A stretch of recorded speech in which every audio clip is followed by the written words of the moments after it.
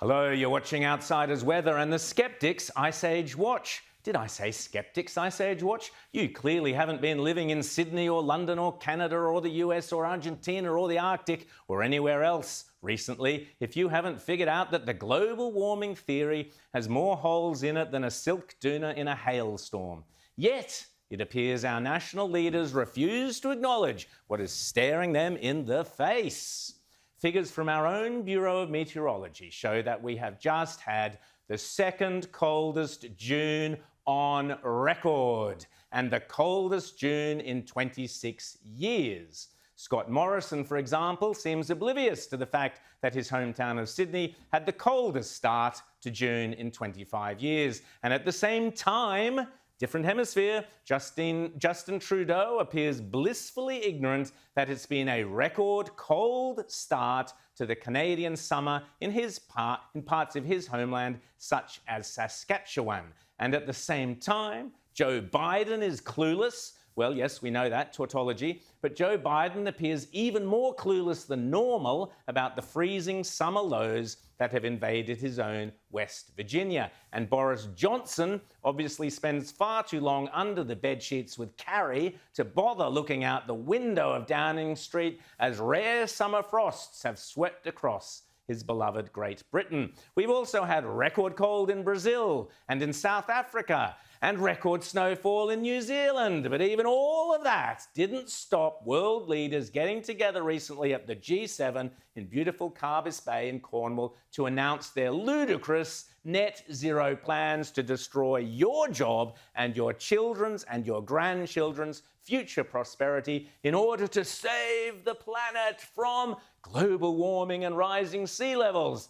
Perhaps they should have simply looked over their shoulders instead. Here's Carbis Bay 100 years ago. But bizarrely, after a century of evil capitalist industrialisation, the sea at Carbis Bay has not risen one jot. Speaking of rising sea levels, I've been lucky enough to spend the last fortnight in far north Queensland and was astonished to find alive and kicking the amazing Great Barrier Reef. It's still there. What's going on? You see, back in 2016, there was a major bleaching event in the northern section of the reef, which led to panicky doomsday headlines all around the world, with one professor weeping at the devastation. The bleaching, so the experts said, was caused by extra warm water due to climate change and more severe cyclones caused by climate change. Well, as Peter Ridd wrote last week, it's now time to stop crying, Professor. After only 5 years, the worst affected area around Lizard Island, where they lost around half of their coral, has now completely recovered.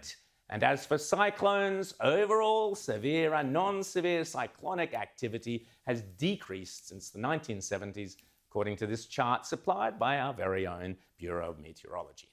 The amazing health of the reef has also been revealed recently by marine biologist Jennifer Maharesi in her 30-minute doco, Finding Porites, which was funded by the IPA and you can find on YouTube. I urge you to watch it. To believe via media that the reef was dying and on its way out.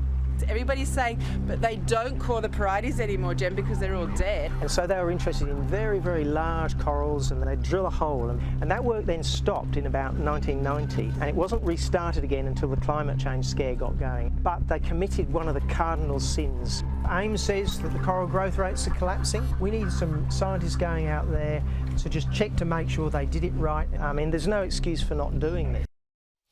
Despite all the good news about our Great Barrier Reef, that didn't stop those well-known coral-hugging clam lovers of the Chinese Communist Party using their useful Leninist idiots at UNESCO to declare that our precious Great Barrier Reef is in danger. They're right, of course. This is what the reef looks like now, that it's entirely in Australian hands and under Australian care. An ecosystem of extraordinary diversity.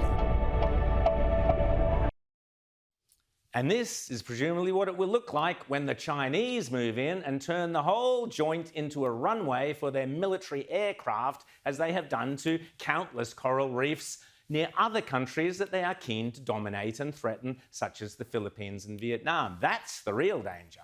That's pretty much the only thing the Great Barrier Reef has to worry about. Anyway, the good news is it only took 5 years for the coral bleaching to completely recover. 5 years. How funny. That's exactly how long the lovies have been telling us the human race has left to survive.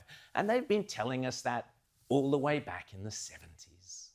5 years stuck on